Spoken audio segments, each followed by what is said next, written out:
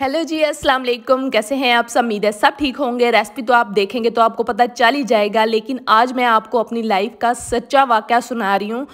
मेरी अम्मी से मैं 9 साल की थी, मुझे मेरी अम्मी से इतनी ज़्यादा डांट पड़ रही थी। जब अम्मी मुझे मारने लगी तो मैं अम्मी के काबू में ही नहीं आई, मैं दौड़ना शुरू हो गई। हुआ क्या था मैं आपको अलिफ से लेके ये तक मतलब ए टू जी सारी स्टोरी सुनाती हूँ, और बिल्कुल सच्ची सच्ची सुनाती हूँ। इसमें कोई एडिटिंग नहीं होगी। ये जैसे स्लो आपको नज़र आ रहा है ना, इस तरह की कोई एडिटिंग नहीं होगी। ये तो मैं वैसे थोड़ी सी, आपको पता है ना, आपकी बाजी शोहियाँ मारती है, ज़रा इतनी तो मारनी पड़ती है ना, इतनी मारनी भी चाहिए।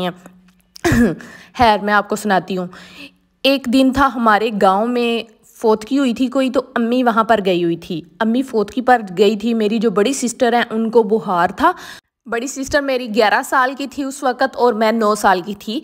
तो हुआ ये कि मेरी बड़ी सिस्टर को बुखार था, तो अम्मी जो है ना, जैसे ही फोतकी से आई तो बड़ी सिस्टर को लेके तो चली गई मेडिसन उसकी लेने। और मुझे कहते हैं कि तुम जो है ना, फलियाँ जो होती हैं ना, मतलब सालन बनाते हैं जिनका, वो अरवाई की फलियाँ भी उनको बोलते हैं, तो वो मुझे दे के गई थी। कहते हैं निकालो, मतलब इसके बीज निकालो, बीन्स जिनको लोबिया भी बोलते हैं, लेकिन वो फलियाँ होती हैं, उनमें से निकालना होता है।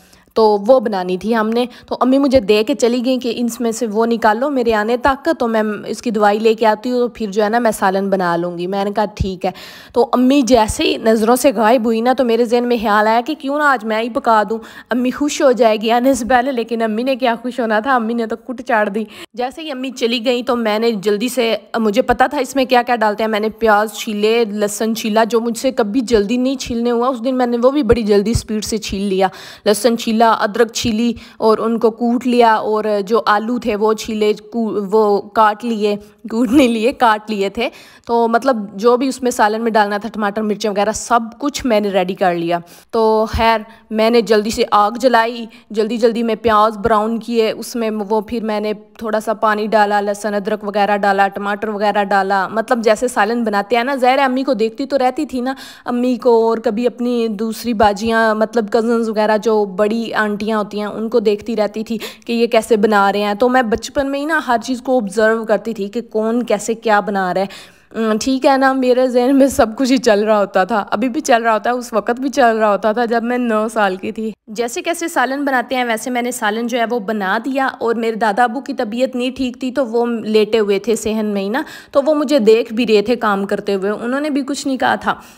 जैसे ही अम्मी मैंने सालन बना के, अम्मी अभी आई भी नहीं थी, मैंने सालन बना के तो नीचे भी रख दिया, चूल्हे से उतार के ना नीचे भी रख दिया। तो जैसे ही हमारे घर से एंटर होते थे ना, उस टाइम तो हमारी जहाँ पे हम सालन वगैरह बनाते थे, खाना वगैरह, वो चीज़ नज़र आती थी दरवाजे से एंटर होते ही। जैसे ही अम्मी एंटर हुई हैं, अम्मी ने देखा हांडिया जो है वो बिल्कुल काली सियाह की हुई है, तो अम्मी ने वहाँ ही जूता उतार लिया, तो मेरे पीछे लग गई। जैसे ही मैंने देखा ना अम्मी ने जूता उतार लिया, तो मेरे जहन में था मैंने कोई कांड कर दिया है। तो मैं जो है आगे आगे, अम्मी पीछे पीछे। हमारे घर में ना पौधों के दरख्त थे, माल्टे के और लेमन के, तो वो काफ़ी मतलब चौड़े चौड़े थे। तो अम्मी पीछे पीछे और मैं आगे आगे, और जो है ना उनकी साइड पे अम्मी को घुमा रही थी। अम्मी भी जान ही नहीं छोड़ रहे थे। तो अम्मी पीछे पीछे, तुम्हें किसने कहा था सालन बनाओ, तुम बड़ी अम्मा बनने की कोशिश कर रही थी, और तुम्हें नहीं पता अब तुम्हारे अब्बू आएंगे तो वो सालन कैसे खाएंगे, तुमने पता नहीं कैसे बना दिया, तुम्हें आता भी नहीं था बनाना, इस तरह से। और मैं अम्मी को दौड़ते दौड़ते ये भी कह रही थी, अम्मी एक दफ़ा देखो तो सही, अम्मी ना मारो ना, अम्मी खैर है, अम्मी ज़्यादा मिर्ची होगी तो क्या होगा। लेकिन अम्मी जो है सुन ही नहीं रही थी। अम्मी ने तो बड़ा मेरे पीछे जो है ना, मतलब बड़ी स्पीड से लगी हुई थी। अम्मी जैसे ही आगे से आना शुरू होती थी, मैं दोबारा से रिवर्स हो जाती थी गाड़ी की तरह। तो जो है ना, मैं मतलब अम्मी छोड़ ही नहीं रही थी। मेरे दादा अबू ने कहा बस करो बस करो, खैर है, अगर उसने बना दिया तो क्या है, बच्ची है, कुछ नहीं होगा, खा लेना जैसा भी बना होगा, कौन सा इसने रोज़ बनाना है, आज बना लिया, खैर है कोई बात नहीं। तो दादा अबू के समझाने से अम्मी समझ गई, मेरे समझाने से नहीं समझ रही थी। तो अम्मी ने फिर जो है ना उसको मुझे छोड़ दिया, अम्मी ने कुछ भी नहीं कहा। अम्मी ने कहा अच्छा अब अब्बू आएंगे ना, तो अब्बू को बताओ, अब्बू खाना खाएंगे तो अब्बू तुम्हें डांटेंगे। मैंने कहा चलो सही है। मैं डर भी रही थी उस दिन, मुझे बड़ा डर लगा था अम्मी से ना। तो खैर अब्बू आए शाम को, अब्बू को अम्मी ने खाना, अम्मी इतने गुस्से में थी, अम्मी ने सिर्फ रोटियां बनाई थी, अम्मी ने सालन को देखा भी नहीं था, इतनी मतलब कि वो गुस्से में थी। तो जैसे ही अब्बू आए, अम्मी ने खाना देने, रोटियां दी और सालन डाल के देने लगी। उस वक्त ही अम्मी ने लीड उतारा, पहले अम्मी ने देखा भी नहीं था।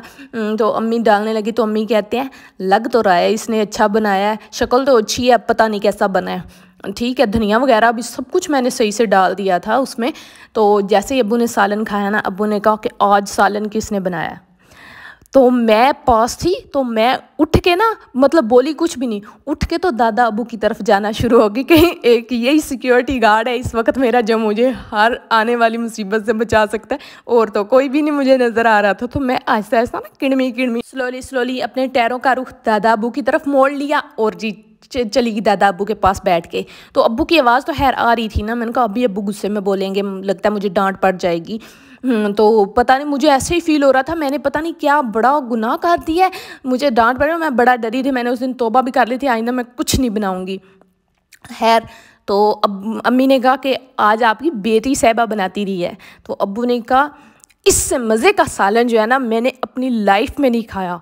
मतलब मैं अभी तक शॉक हो जाती हूँ कि उस वक्त मैंने इतना मज़े का बना लिया था, मुझे तो इतना पता भी नहीं था सच्ची। जब मैंने भी बाद में खाया, इतना मज़े का बना। फिर क्या, अम्मी ने भी खाना खाया, अम्मी कहती हैं वाह मेरी बेटी ने तो कमाल कर दिया, इतना मज़े का सालन बनाया, इतना मज़े का तो मेरे से भी नहीं बना। फिर अम्मी ना मुझसे पूछे कैसे बनाया, फिर मैं रोना शुरू हो गई, इमोशनल टाइम स्टार्ट हो गया। मैंने कहा अम्मी आपने मुझे इतना भगाया, मैं इतना डर गई थी, मैं इतना रोई भी थी, आपने मुझे चुप भी नहीं करवाया था और आप मुझे डांटी जा रही थी क्यों। मैंने सालन ही बनाया था ना, मैंने नहीं बताना आपको मैंने कैसे बनाया, आपने मुझे इतना डांटा। मुझे तो दादा अब्बू ने सिर्फ बचाया था। दादा अब्बू ने फिर खाना खाया, दादा अब्बू भी कहते हैं हाँ इसने कितना मज़े का सालन, मतलब उस दिन इतना मज़े का सालन था। फर्स्ट टाइम शायद हमारे घर में सालन था जो रात को ही ख़त्म हो गया था, वरना हमारा सालन जो है ना वो ख़त्म नहीं होता था, ज़्यादा बनाते थे ना नाश्ते के लिए भी, कि नाश्ते में भी वही चल जाता है। तो उस दिन हमारा सालन जो है वो ख़त्म हो गया था। और वो टाइम ऐसा टाइम था कि जब मुझे खुद पे प्राउड फील हुआ कि मैंने कुछ अच्छा काम किया। और वही टाइम था कि जब मैं बहुत ज़्यादा डर भी गई थी कि आइंदा जो है ना मैंने घर के कामों में टांग नहीं अड़ानी, जो काम कोई कहता है वो कर लूँगी, जो नहीं कहता वो नहीं करूँगी।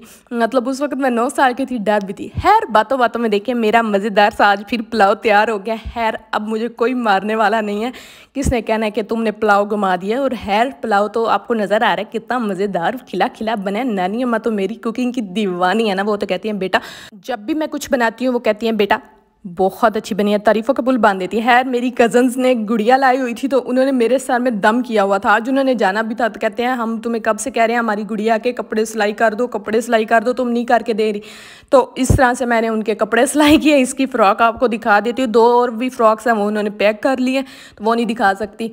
तो ये देखें जी, ये ग्रीन कलर, इस पर मैंने लेसे लूसे लगा के तो इसके सिलाई कर दिया। अब ये भी एक नई आ गई है, मेरे लिए कपड़े सिलाई करके दो। खैर मैंने कर दिए इसके।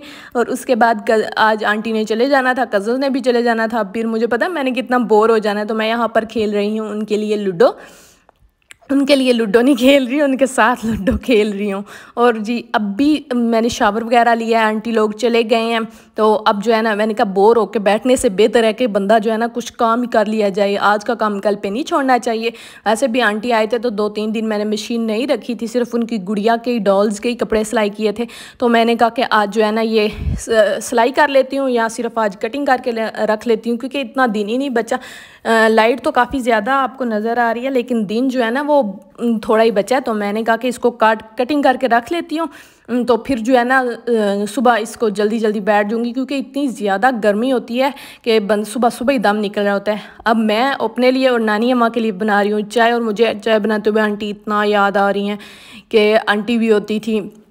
बस जी उन्होंने तो जाना ही था ना, उनके बच्चों ने भी छुट्टियों का काम करना था, समर वेकेशन का जो मिला है स्कूल से वो करना था, तो वो किया। और मैंने अभी शावर चाय बना लिया, बाहर ले आई हूँ क्योंकि बाहर थोड़ी ठंडी ठंडी हवा थी, अंदर तो इतनी गर्मी हो रही है। तो मैंने सोचा कि कटिंग की, अभी भी सीना है वो भी मैंने कपड़े उतार लिए, चेंज कर लिए। और अब जो है ना मैंने एक सोचा कि इन कपड़ों को मशीन में धो लेती हूँ और अभी डाल लेती हूँ, और फिर पास जो है ना इनको चक्कर भी आ जाएगा और साथ ही चाय पी लूँगी। तो बस यही था मेरा आज का व्लॉग। मिलूंगी नेक्स्ट व्लॉग में। अगर चैनल को सब्सक्राइब नहीं किया तो कर दो, वीडियो को लाइक कर दो।